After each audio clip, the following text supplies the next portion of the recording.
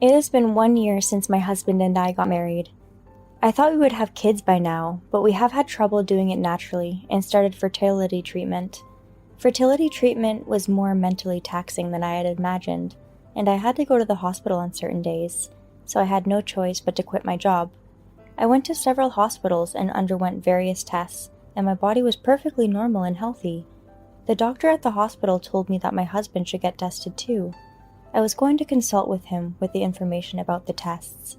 I came home thinking about how I didn't want to tell my husband about the tests. My mother-in-law was relaxing in the living room.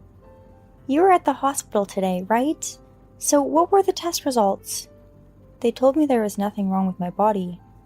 "And yet, you can't get pregnant. There's definitely something wrong with you. Why don't you try another hospital?" "Okay, I will." My mother-in-law lives in the neighborhood and my husband gave her a duplicate key to our house. She frequently comes to our house. I quit my job because I was home more often than not. My mother-in-law was constantly beating me over the head about the fact that I stopped working. My mother-in-law left in the evening, and then my husband came home right after. I made up my mind and decided to talk to my husband about the tests. I went to the hospital again today, and they said there is nothing wrong. They said I should be able to conceive naturally. But if we can't wait for a natural pregnancy, they think you should get tested too. So please, will you get yourself tested too? "Do I have to get tested? I can't be bothered taking the time off work." "It's not a must, but if you want to have a baby soon, I heard that it's better for men to take the test too if they want to have a baby." "My mom is also nagging me to have a baby. I guess I have no choice but to get tested." I managed to convince my husband, although reluctantly, so he got a fertility test. I called the hospital right away, and a few days later, I got the test results. They said it would take about a week to get the test results, but if we find out we weren't able to get pregnant because of my husband, we could try different fertility treatments. But a few days later, my husband gave me shocking news. The person I've been having an affair with is pregnant. I was flabbergasted and went into a state of shock. The fact that he was cheating on me and made someone else pregnant was unacceptable, and somehow my mother-in-law was invited to the discussion. My mother-in-law sounded very happy and started talking. "That's great! Even if it's with your mistress, I'm glad you're having a baby. You should divorce Luna and marry the other woman." My mother-in-law's comment was so shocking that I couldn't say anything. I froze again. "I was actually told by my partner to break up with her because she got pregnant. But after hearing your opinion, Mom, I've made up my mind. I'm remarrying the cheater for the sake of my kid." I was sure the saying, "if parents are parents, children are also children," was made to refer to the two of them. This parent and child both have a few screws loose. The love I had for my husband was gone.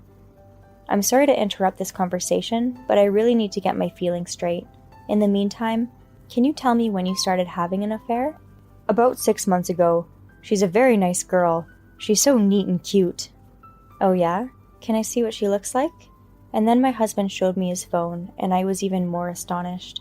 The woman to whom he was having an affair with was a former junior colleague of mine. "She told me that she works at the company you used to work for. Do you know her by chance?" "Sorry, I don't know her." "Anyway, I'm going to marry this girl. But you want to sort out your feelings, right? I'll let you decide tonight what you want to do, and you can give me your answer tomorrow morning." I left my husband and mother-in-law in the living room and went back to my room. I sorted out the facts of what's happening. One thing is for certain, I'm getting a divorce. My husband has also confessed that he cheated on me. He will probably pay me alimony.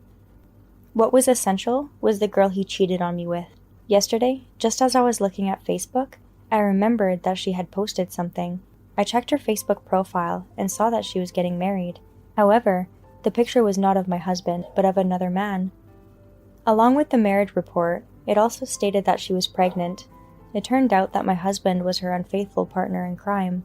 I couldn't hold back my laughter and burst out laughing in my room alone. My husband deserves all that is coming his way.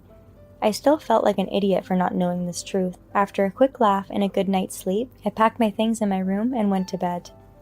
I was having breakfast as usual the next morning when my husband spoke to me. "I've been waiting all day to hear your answer.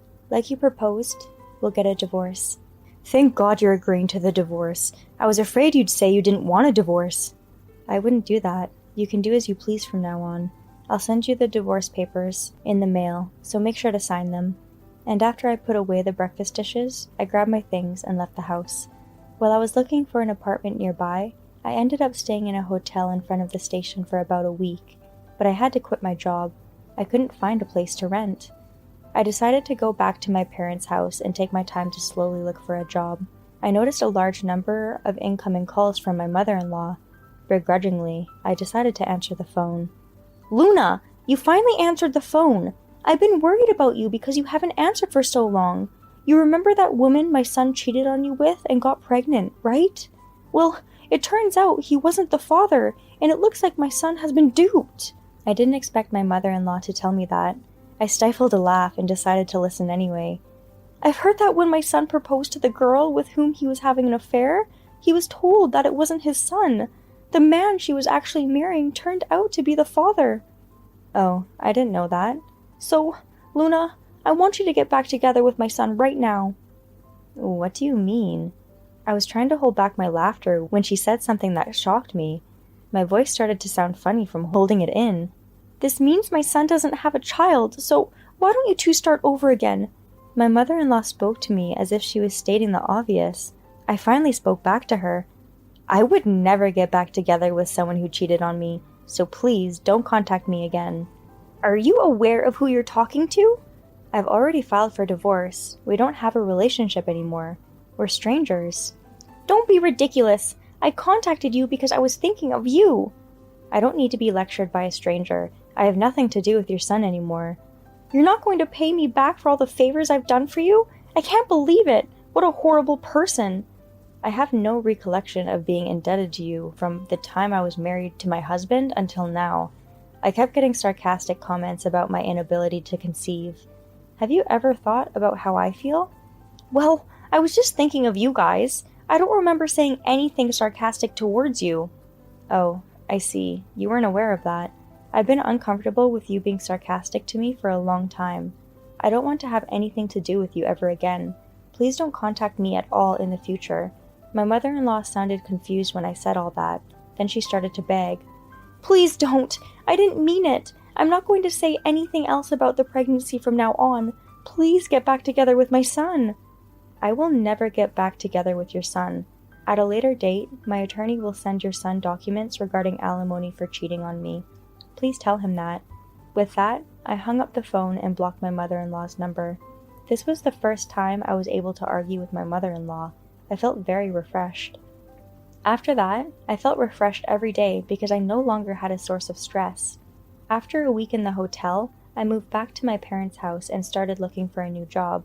I was happy to make a fresh start and thought that my days would be filled with joy, but those days would soon change.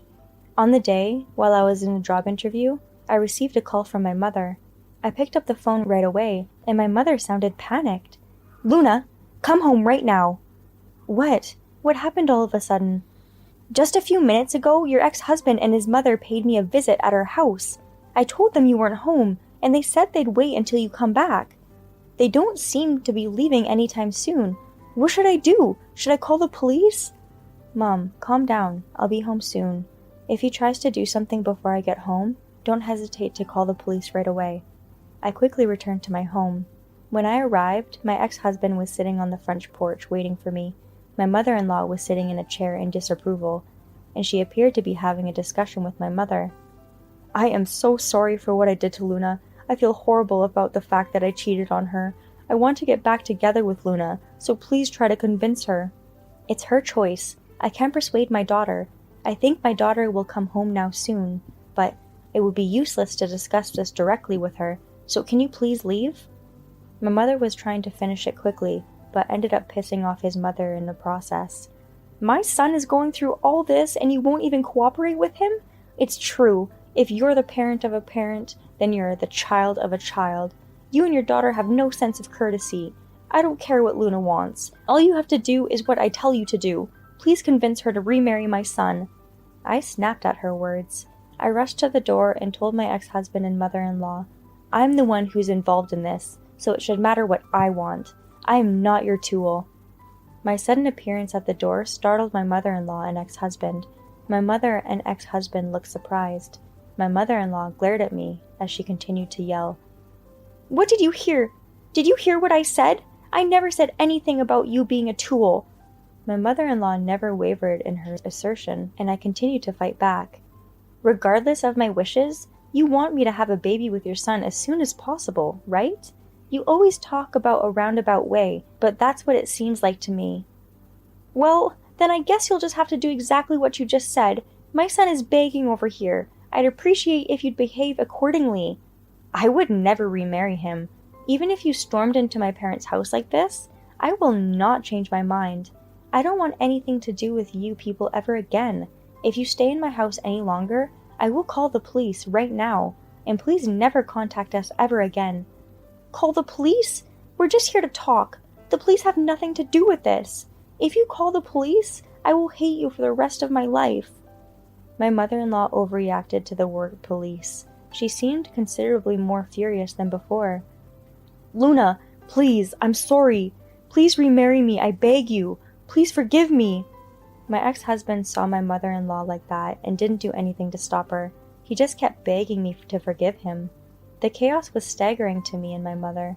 In the midst of all this, I suddenly remembered something. Since this is a rather sensitive subject, I was going to keep it secret. To fight off my ex-husband and mother-in-law, I decided to tell them the truth. And I have to tell you something else. We had a hard time having kids, didn't we? It looks like you were the reason. What?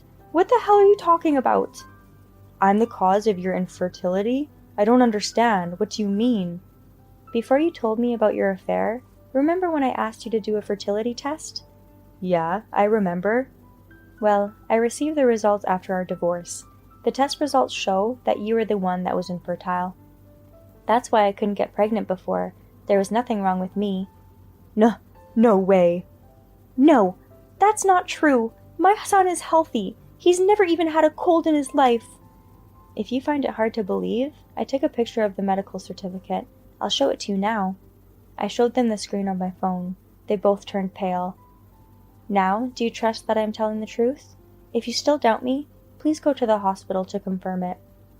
Oh no, so I can't have kids? I only heard the results, not the details of the treatment. If you want to know about the treatment, why don't you go there yourself? My ex-husband and his mother were in a state of despair when they found out the truth about his inability to have children. There was silence for a while. Then my mother started talking to my ex-husband and mother-in-law. All this time you have been blaming my daughter of your infertility? My daughter was very patient and never complained. I think it must have been very painful for her to work so hard on her own all these years since getting married. If you are both sorry now, would you please apologize to my daughter? And please stay away from my daughter. My mother was talking with a trembling voice, and I was so sorry that I gave her a hard time. I'm sorry, so sorry. I didn't mean to blame you, Luna. I just wondered why we couldn't get pregnant. I can't believe it was all my fault, and I'm so sorry. I'm not remarrying you because you're infertile. No matter what your mother-in-law said, I wanted to have a child with you. I've tried my best. And then you wouldn't even help me at my lowest. And not only that, you cheated on me. I can't forgive you for cheating on me and betraying me. When I said that to my ex-husband, that had just apologized to me, my mother-in-law came out of nowhere and made excuses. I was just trusting my own son all along. My son told me that you couldn't get pregnant. You know, most infertility is caused by women, so I just assumed that you were the problem. I only assumed that just because my son said so. I never tried to put the blame on you. What are you talking about? Every time I saw you, you kept blaming me for having an infertile body. I was in so much pain every time I saw you. I was stressed out. Oh no, I didn't mean to accuse you of that. You just took it the wrong way. I was trying to encourage you in my own way. I snapped again at her words. That's enough. Why do you always blame others? There are people who are being hurt by what you say. It's not human nature to acknowledge that. I don't want to go back to a family with these kinds of people. I will never get back together with my ex-husband. I don't ever want to see him again. My mother-in-law seemed to have given up and turned her head to the side, and my ex-husband's face turned red and he was fighting back tears. Luna, I'm really sorry for everything I've done, and I promise I'll never seek you out again. Come on, Mom. Let's go home. If we stay here any longer, they really will call the police. My ex-husband and my mother-in-law finally left our house. Finally, I was able to fight off my ex-husband and mother-in-law. After that, my ex-husband contacted me through his lawyer and offered to pay me alimony. He said he would pay me the amount of money I had billed him. And of course, I sent the alimony bill to his cheating partner as well. She paid me the same amount of money as my ex-husband in one lump sum. Thanks in part to the early payment of alimony, I was able to slowly and unhurriedly get a new job. I heard a little about the current situation of my ex-husband and mother-in-law from the lawyer who was in charge of the case. First, my ex-husband's affair was found out by his company. He's been demoted from his original position, and he resignated from the company because of the changed attitude around him. He is paying me alimony in installments, but he still has a hard time paying his monthly expenses. He has found a new job, but he has to work night shifts to make ends meet. And about my mother-in-law, she feels betrayed and depressed because her son was the reason she couldn't have grandchildren. She is very depressed because of what happened. The neighbors know that I divorced my ex-husband because he cheated on me. She's even more worried about her surroundings and can't go outside anymore. She's now living a reclusive life at home. My ex-husband and my mother-in-law both got what they deserved, so I hope they learn to be nicer people. As for me, I recently got a new boyfriend. I had a local friend set up a blind date, and we successfully started dating. He is a very kind and good person, and he makes me relax when I'm with him. Alright, everyone's presentations are done.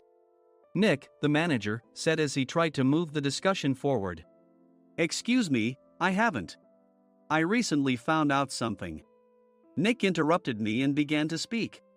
There's apparently someone in this department who didn't graduate high school and is just a part-timer. Meetings should be for employees only. Absolutely right. His lackey, Mike, of course, agreed with Nick. I'm leaving. After leaving the meeting room, I started to shut down my computer. I noticed that an email had arrived, not in my personal inbox, but in the company's shared email. Thinking, there's no point in speaking up, no one will listen, I went home quietly. The next day, I heard a commotion from Nick's desk. He was staring at his computer screen, his face pale. Nick? Is something wrong? Mike looked at the screen with him. And he turned even paler than Nick. Why is he so angry? Knowing the reason for Mike's distress, I thought to myself, serves them right. My name is Adam. My mother passed away when I was in the 9th grade, and I was raised by my father. Well, you could hardly call it being raised. After my mother passed, my father changed. He drowned his sorrows in alcohol, and though he still went to work, he squandered our living expenses on horse racing. Because of that, I had to start working part-time as soon as I entered high school. Every month, I went to the convenience store with bills in hand that couldn't be auto-deducted from my father's account. Even though I endured it because I didn't want to be alone, I reached my limit in my second year of high school and dropped out. I found a live-in job at a distant inn. Thank you for everything. The day I left home, my father, still staring at the TV, spoke. Take care. That was our last conversation. Back then, 18 wasn't the age of majority, so I needed my father's permission to work, and I couldn't hide my place of employment. Yet, my father never visited me even once. I kept working just to survive, and before I knew it, I was 42. Years of hard work paid off, and I was transferred to the headquarters. I was thrilled to be recognized by the company, as I thought I'd be working in the field until retirement due to my lack of formal education. Listen up. Our work can change the future of our employees. Don't drag us down. On my first day after the transfer, Nick, dressed in an expensive suit, spoke sternly. There was a reason for this. Our inn was located in a prominent tourist destination, known so well that everyone in the state could sing its commercial jingle. At its peak, we had 5 locations within the state. But that was long ago. Due to financial difficulties and aging facilities, only the place where I had worked for many years and the original establishment remained. I was prepared to lose my job anytime, but now there was a glimmer of hope. With the rise of social media, the tourist area where the inn was located started gaining attention again. Depending on how hard the sales department, where I was transferred, worked, we could either thrive or be forced to give up this prime location to the new hotel chains continuously popping up. For Nick, who had switched careers from another industry to strengthen our sales, this was a battle he couldn't afford to lose. I understood why he had to be strict. I will do my best. Nick sneered at my enthusiastic declaration. Did you not hear what I said? I'm sorry. I thought I was listening carefully. Out of habit from years of customer service, I apologized reflexively, though I had no idea what had offended him. Someone was watching me with a smirk. In this department, there are those who are expected to excel and those who have been shoved here because they have nowhere else to go. You are the latter. It was Mike, the section chief. He's 7 years younger, at 35. But he was called to headquarters much earlier than I was and had been moving around within the headquarters ever since. I'm not jealous, but I can't accept that he's my boss. Graduating from a prestigious university, he has an unusually high pride and caused many problems as a newbie, making things very difficult for me when I was the front desk leader. When I found out Mike was transferred to the sales department a month before me, I was disheartened. Mike is right. With just a middle school diploma, there's not much you can do. Don't even think about achieving results. As if I didn't exist, Nick remarked, I'm thirsty. Mike eagerly ran to the coffee maker. It seems Mike is Nick's lackey. I regretted being happy about my transfer to headquarters, wishing I had stayed on site forever. Send a direct mail to every company on this list by the end of the day. Nick only assigned me tasks that even a new graduate could handle. What? There are over 1,000 companies. You want me to send to all of them by today? Yes, if you and your fellow misfits split the work, even those with nowhere else to go should finish by today. I glanced at the employees typing away expressionlessly. They were worn out from customer service, only thinking about leaving on time, or were women reassigned after having children, with zero motivation for work. Even Sam, a new graduate from the same university as Mike, who was supposed to be among the expected achievers, had no enthusiasm for the job, having joined the company wanting to do customer service.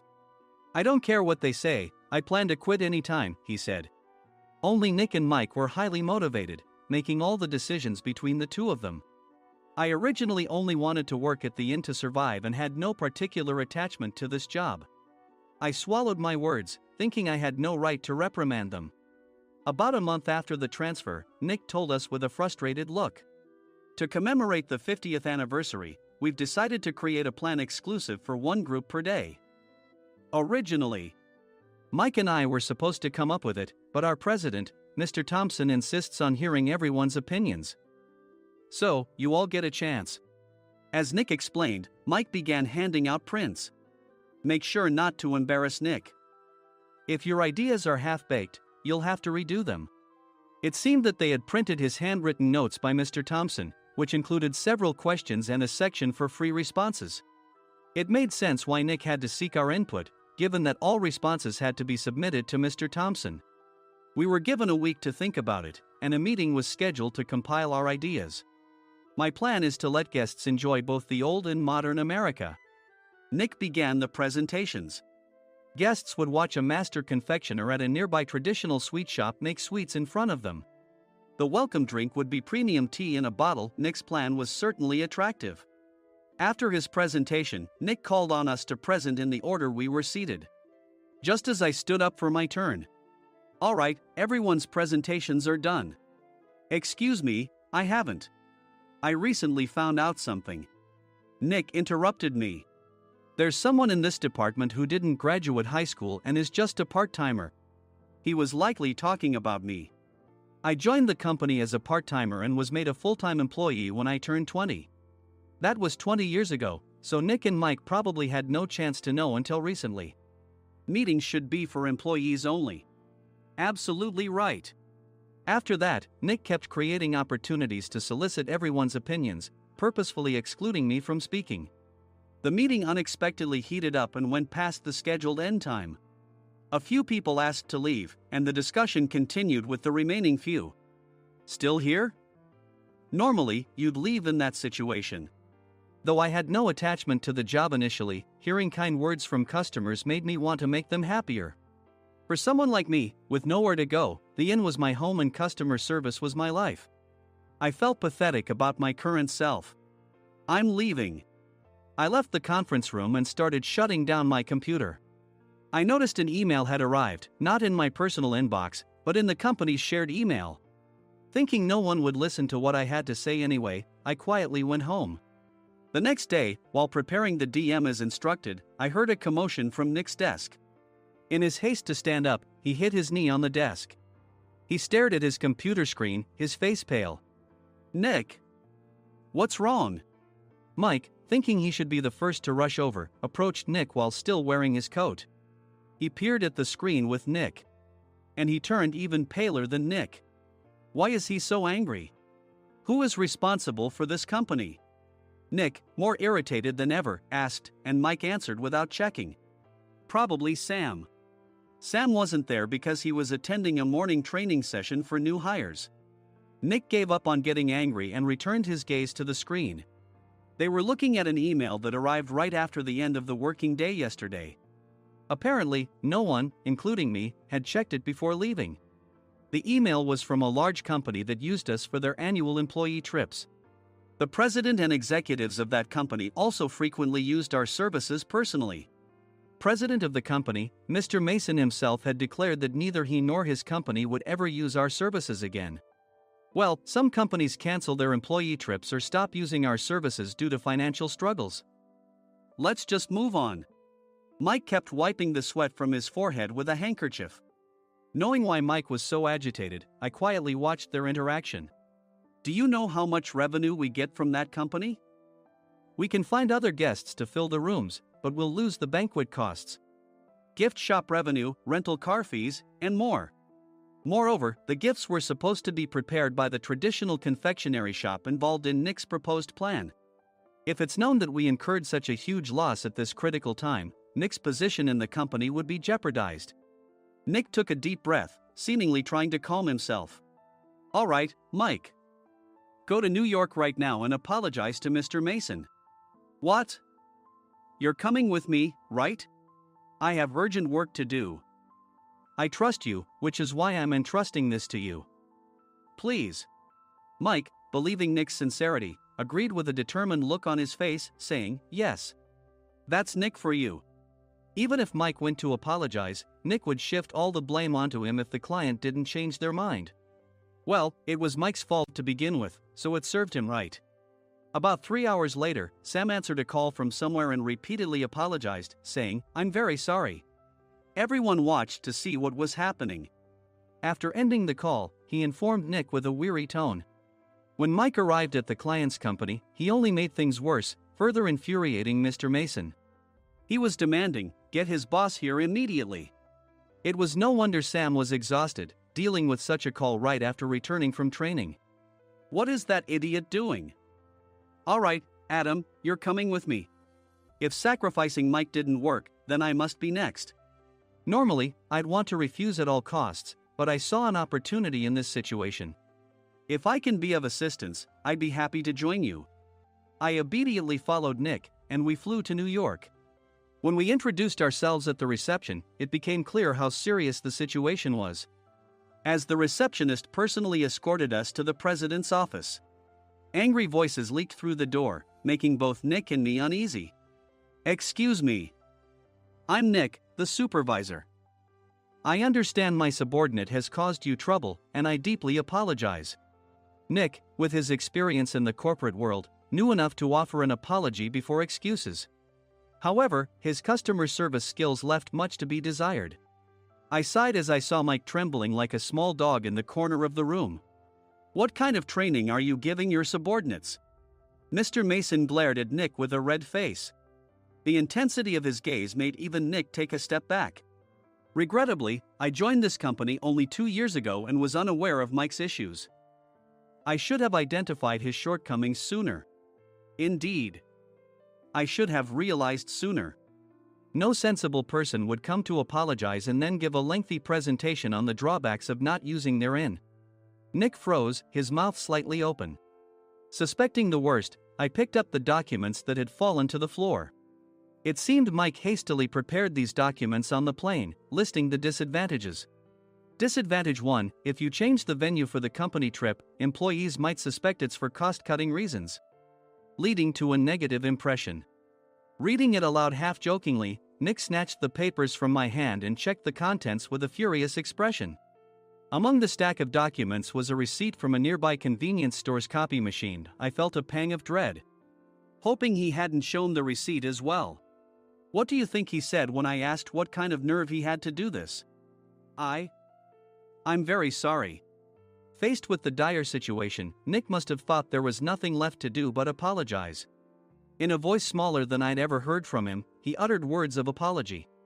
He said, "I'm a Harvard graduate. I don't believe I said anything wrong." Mike! What have you done? Forgetting his plan to pin the blame on Mike, Nick yelled loudly, even in front of Mr. Mason. "I didn't do anything wrong." "You're still saying that? Look at him." Mike pointed at me with a shaking hand. "I was assigned to headquarters in my 20s and now I'm a section chief. This guy only made it to headquarters at 42. Everything I've done proves I was right. So why are we losing the contract?" Having said his piece, Mike collapsed to the floor. "Of course. You were sent there because you had nowhere else to go." Mike never expected to hear such words from someone he looked down upon. He lunged at me, and Nick hurriedly stepped in to stop him. "Mr. Thompson told me Mike is a quick thinker, and to take good care of him." There's no way he was pushed aside. "Don't make things worse here. He didn't say quick thinker, he said only quick-witted, didn't he?" I don't remember that part. I recalled the many troubles Mike caused when he was a newbie. When Mike was on the front line, his pride was so high that he never apologized to customers. Customer service, especially in our job, doesn't work alone. It brings both good and bad situations. If the front staff or housekeepers made mistakes, or the cleaning company didn't properly clean a room, one had to apologize to the customers regardless of personal fault. Mike, in such situations, would never apologize, insisting he wasn't at fault. This often angered customers, and as the front desk leader, I frequently had to apologize on his behalf. He caused complaints and disrupted operations, which is why he was quickly moved to headquarters. In departments where he didn't interact directly with customers, his quick thinking was beneficial and things went well. But it seemed his flaws were starting to show. Corporate reservations are supposed to be entered into the system by the sales representative. But a quick check yesterday revealed that more than 10 items were missing from the client's reservation. The handover document clearly stated what needed to be prepared. Why didn't you enter it into the system? Why do we have to give them special treatment? Filling rooms near the banquet hall, setting up all the food in advance. Specifying the brand of wine, they're too demanding. No wonder he always angered customers, I thought, feeling a headache coming on. Grouping them in rooms near the banquet hall is for our benefit too. It makes it easier for the staff to set up beds and serve breakfast since everyone's schedule is synchronized. As for the other requests, Mr. Mason suggested them to lighten our load. I didn't know that. Nick finally seemed to realize that Mike was the one who had angered the client. What did you say to them? I just told them we wouldn't give them special treatment anymore. We shouldn't waste effort on things that don't bring in money. I was utterly exasperated at his lack of understanding of customer service. Of course, we shouldn't comply with unreasonable demands. But carrying over successful practices from past stays makes customers feel remembered and enhances their experience. Good memories encourage repeat visits. That's part of our job. I looked down at Mike, who was sitting on the floor. In our job, nothing is a waste. Mr. Thompson likely moved you to the sales department, hoping you'd finally understand this. How do you think he feels now that you've failed to meet his expectations? Mike, tears in his eyes, fled the president's office. I was amazed he still hadn't apologized. You have it tough, Adam. It's okay, we're all employees of the same company. I deeply apologize for this disrespectful incident. Especially after all the care you've shown us. If it weren't for you, Adam, I really would have stopped staying here. When I heard you were moving to the sales department, I was willing to reconsider if you handled it. Seeing us talk so amicably, Nick's face contorted.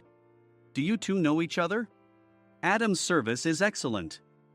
I always requested him specifically. Normally, we don't accept specific staff requests, but we made an exception for Mr. Mason, adjusting my shifts accordingly. He had personally stayed at our hotel just before my transfer, and during casual conversation, I mentioned, "I'm moving to the sales department soon." If I hadn't told him then, things could have been much worse. "Please continue to take care of us. I look forward to it." On the return flight, Nick awkwardly offered me a can of beer. "It's still working hours." Of course, I had no intention of forgiving him for a single beer. Nick might try to pin everything on Mike and avoid any consequences. While pondering this, a startling fact came to light. "Nick, the tea bottles for the plan have arrived." I handed Nick a bottle labeled with our inn's name. "They look good." "What are you talking about?" "These are plastic bottles. I had assumed we would use the trendy, high-end bottling tea. But what arrived were ordinary plastic bottles of tea with customized labels. The only unique aspect was the label, which had the inn's name, making it look customized. Upon further investigation, I discovered that a substantial amount of money was set to be paid to the tea company. It was priced like bottling tea. Does this plastic bottle really cost $100 each? The tea inside is specially blended for us. The extra cost is for that. Wouldn't it be better to use another tea company? Or is there a specific reason we must use this one? As Nick continued to make excuses, I showed him a printed email. I informed the tea company's president, Mr. Mitchell, that we discovered irregular payments and he confessed. He said you two were high school classmates and planned to split the extra money. That idiot. Why did he confess? That's not important. You should worry about yourself, this could turn into a police matter. Opening the bottle cap, I suggested. How about calming down with this tea? It supposedly has a relaxing effect. Nick drank the tea frantically. In the following days, decisions were made about their fates. Mike was reassigned to the General Affairs Department, with no chance of transfer or promotion, as per Mr. Thompson's orders. As for Nick, since the payment to the tea company hadn't yet been made, he narrowly avoided legal trouble. Instead, he was encouraged to leave the company, and to avoid further complications, Nick submitted his resignation.